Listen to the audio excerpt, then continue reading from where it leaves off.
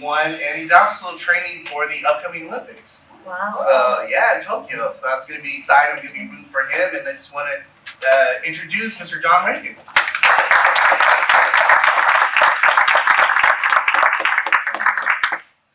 Thanks so much, everybody, for having me here. First of all, just want to say a few things about the reason why I'm here, the reasons why I'm here. First and foremost, I just love people. You know, I feel very fortunate to be alive. I feel very fortunate to have the passions and the dreams that I have for my life, and I feel very fortunate that I've achieved a lot of those things. The reality, though, is that I'm not perfect. The reality is that I'm still young, I'm still hungry, and there's so much more for me to achieve in my life, and so much more for me to learn. And as I pursue my dreams, and as I achieve things in my life, I've come to realize that the true value and achievement isn't the achievement itself. It's giving back to others what you've learned so that they can too achieve the things that they have for themselves. And so that's the real reason why I do this, why I want to speak. I think that I'm a pretty good motivational speaker, but I aspire to be a great motivational speaker. So I do appreciate the opportunity to practice my craft here today. Now, in terms of my story, it's a pretty interesting story in the fact that I became a track and field athlete, but I didn't start out that way. You know, growing up, I was a basketball player. My father raised my brother and I to be the next Michael Jordan. I am not 6'8", I can't dunk, but I love the game. Up until about the age of 14 years old, I was a basketball player, and I did have aspirations to become an NBA basketball player. The money for sure is way better than it is in track and field in basketball. So I mean, there's definitely some value in achieving that specific goal. But when I fell in love with track and field, it was through the Olympics. I was 14 years old. It was the summertime, the summer before I became a freshman in high school, and I saw Michael Johnson, for the United States, double gold medalist, gold record holder. This guy looked like Superman, flying around the track wearing gold spikes. I remember sitting on the floor in our living room watching his performances and turning to my parents at the end of that summer saying, I wanted to become an Olympian, just like Michael Johnson. So there wasn't an MJ in my life that inspired me to do what I'm doing now, but it wasn't Michael Jordan, it was Michael Johnson. And my parents, are my greatest inspiration. But they did have some concern because the way that I am, when I choose to do something, I'm going to do it, and I'm going to go for it. And the chances of me achieving this particular endeavor were pretty much slim to none. I wasn't a runner, first of all, so I wasn't even a track and field athlete. And second, I mean, not only does becoming an Olympian require talent, but it requires a lot of luck. So even if I had the talent, there's still, the odds weren't necessarily in my favor. And even beyond that, my whole thing was, if I'm going to do it, I want to be the Olympic champion. I didn't want to just become an Olympian. So my parents would look at me like, oh my gosh, is this really something he wants to do? If he's saying he wants to do it, he's really going to go for it. But I was always hard on myself, and I said, well, their biggest fear for me was that if I didn't achieve it, that I would be devastated. And what I realized at 14 years old, and this is one of the key things that I think that we all can benefit from thinking about, no matter what stage in our life or career that we're in, it's that even if something doesn't work out, the fact that you go for it is going to answer a lot more questions and give you greater satisfaction with your life than if you spend your life wondering what if. At 14 years old, even then I knew I couldn't live with that. That regret, that question. I had to answer the question, can I become an Olympian? Can I become an Olympic champion? Can I become one of the fastest runners in the world? I wanted to answer the question, and I hadn't even taken my first step yet in that sport. But I knew that that's what I wanted to do. That's the question that I wanted to have answered. For me, when I speak to groups, that's the question that I would love for you to ask yourselves. Why are you an agent? What is your goal? And really, what are you going to do to get there? Because ultimately, you have to answer those questions, and you have to remember the answers to those questions to achieve the goals that you have, and more importantly, to fulfill your potential. I mean, you're all in this room for a reason. You're not an agent by accident, you know? So the goal isn't just to do the job. The goal is to be the very best that you can be at the job that you're doing. Even if you have a higher aspiration and you don't achieve it, you got to go for it, because I guarantee you, you'll achieve a lot more if you go for it than if you don't. You know, so have the high aspirations and have the courage to go for it, because I guarantee you, like, you had all that stuff listed in terms of my accomplishments, but that stuff would not have happened had I not dared to dream and go for that dream. So ultimately, I didn't care what the outcome was going to be. My biggest concern wasn't whether or not I could make it. My biggest concern was whether or not I was going to live the life that I dreamed of. I wanted to be happy. And honestly, the moment I left basketball and transitioned into the sport, I was so much happier. It wasn't like I wasn't happy before. I love basketball. I'm obsessed with it to this day. But track and field spoke to my heart, and specifically distance running. When I went on my first run, it was unbelievable how I felt. I finished the 5-mile run, and I was just like, this was the greatest thing I'd ever discovered in my life. I was so happy just being out there running. And I realized that, gosh, I guess I like to push myself in this way. I like the challenge of trying to run fast. I like the challenge of trying to run a distance, without stopping, and challenging my body to do something that most people don't believe they can do, and then seeing how well I can do it. And I think that that's the goal, right? When you're as an agent, ultimately, you want to serve as many people as you can. And it's funny, the way that I met here was I was a sales executive for a software company called Big Purple Dot, which is a CRM system for real estate and mortgage companies. And I've gotten to really know the industry a lot. And I think that one of the coolest things about being a real estate agent and being a lender, and why I actually really love the industry. My brother's a broker. He's been a real estate broker for almost 15 years, up in Seattle. The thing that I respect about the industry and this particular profession is that you guys are making our community better. You're actually in a position to help people achieve the American dream, and also to set themselves up for long-term wealth, because that is probably the greatest investment that somebody can make is in a home, So it's a very big deal what you guys do every day. It's a very big deal that the work that you do. And it's very important that you aspire to be the best that you can be, because that really does make a difference in your community and in the lives of the people that you're working with. So it's a very respectable profession, and I think that striving to be your best at what you do truly is a big deal and makes a big difference in our communities. So I applaud you guys for being in this profession, and I definitely want to encourage you to be the best that you can be at what you do every day, because it matters. It actually makes a difference. As far as my life now, what's pretty cool is that I did achieve a lot. I made the Olympic team 12 years after I had the dream. I was an alternate for the United States in the 1,500 meters. I did end up becoming the record holder at UCLA. 15 years later, I'm still the record holder for 2 events. I was named the greatest middle distance runner in UCLA history, which is kind of ridiculous, being the sports history that they have there. To be mentioned among some of the greatest athletes that school has had, that's pretty crazy, because that's some of the greatest athletes who've ever lived, not just at UCLA, but anywhere in the world.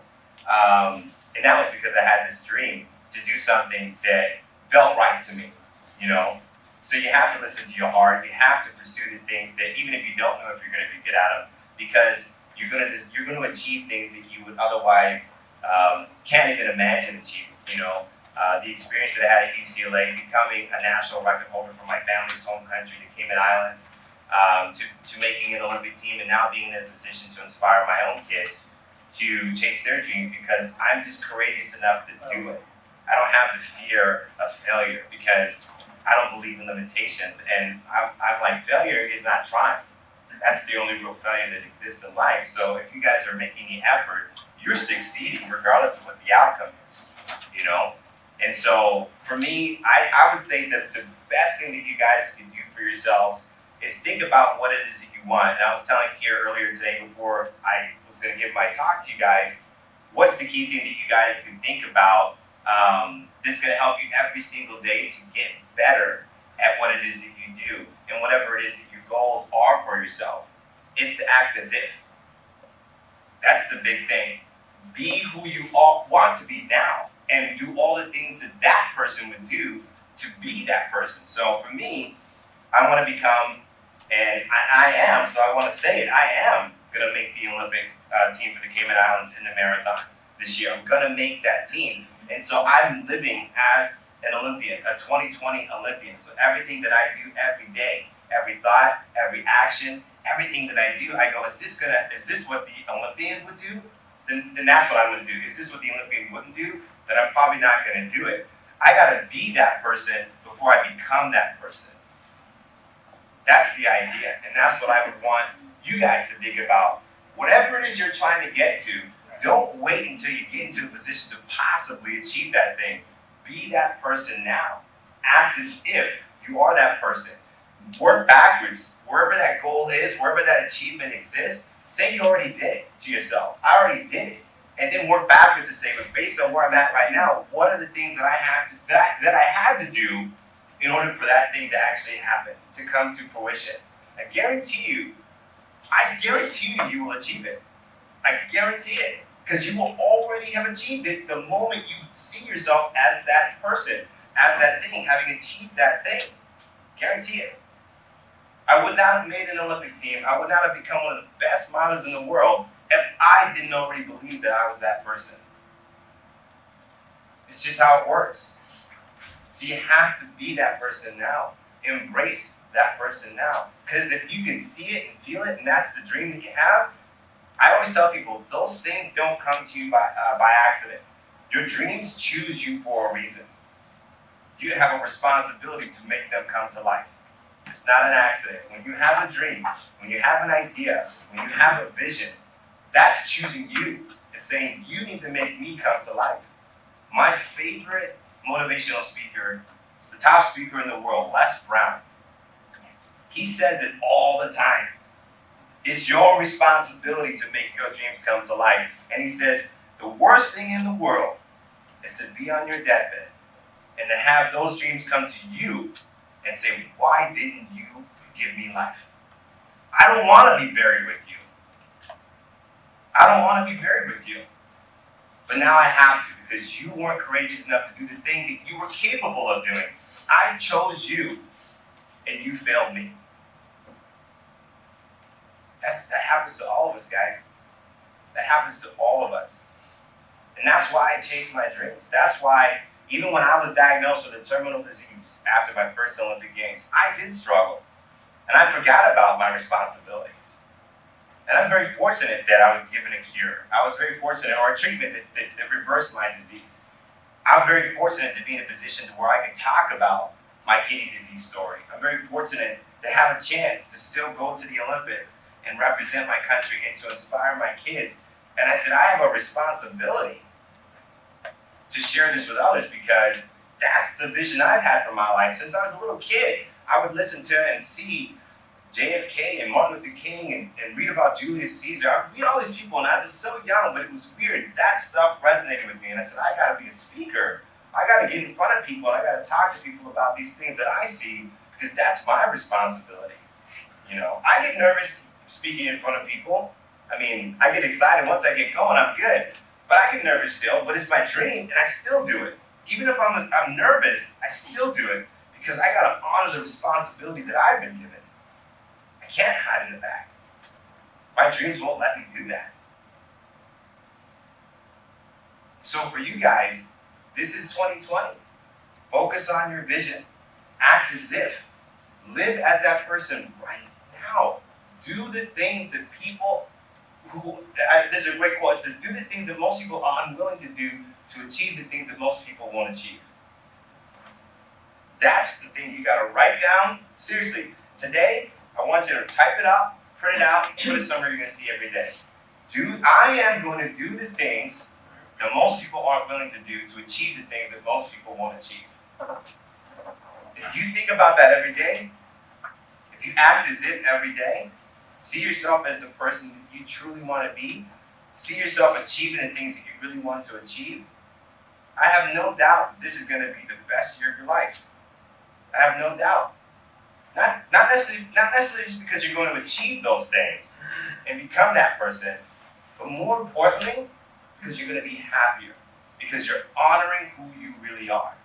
And that's why I created this brand, Go Be More. Go Be More just means be more of who you were born to be every single day. Stop being who you're not. Stop trying to be what other people think you should be, or who other people think you should be. Be yourself. Be yourself. That's the most beautiful and valuable thing that you'll bring to the table as a real estate agent. People love people that they know. People love people that they can trust. People love people that they know as being who they really are. And you want people to know who you really are because you're going to have better relationships with them. Because they're going to enjoy working with you and who you really are. And you don't have to work hard to show up and be something that you're not. Just be yourself and be more of that every day. And this is the invitation. Go Be More is the invitation. Show me who you really are. Show us who you really are. Show your friends, your family, your co-workers, your colleagues, your business partners who you really are, so that you're going to have authentic, productive, trustworthy, credible relationships that are actually going to be productive in your life in more ways than you can ever imagine. For me, the greatest thing in the world is to see people succeed, to see people happy, to see people loving and trusting of others as well, because they don't have a fear of rejection, they don't have a fear of lack. And that only comes from being authentic, being yourself. So in 2020, I would like to invite all of you to be who you were born to be, to act as if, and to trust yourself. You are capable of achieving all the dreams that you have for yourself. I truly believe that. And my wish to all of you is that you go for it. That you don't put off living your life. Because I guarantee you, when I was 26 years old, and the doctor walked into the room after my kidney biopsy and told me I had a terminal disease, I was 26. I could easily have, at any moment, based on the disease that I have, and it's one of the worst that you can get, ended up on dialysis, kidney transplant, never run again. I'm lucky. But that can happen to anybody. And I was one of the fittest athletes in the world, and it happened to me. Please do not take for granted the moments that you have. Every opportunity that we have to remind ourselves of that, to be reminded of that, to remind each other of that, it helps us to take advantage of every single moment. And I appreciate you guys giving me the opportunity to remind you guys of that as well. Thank you.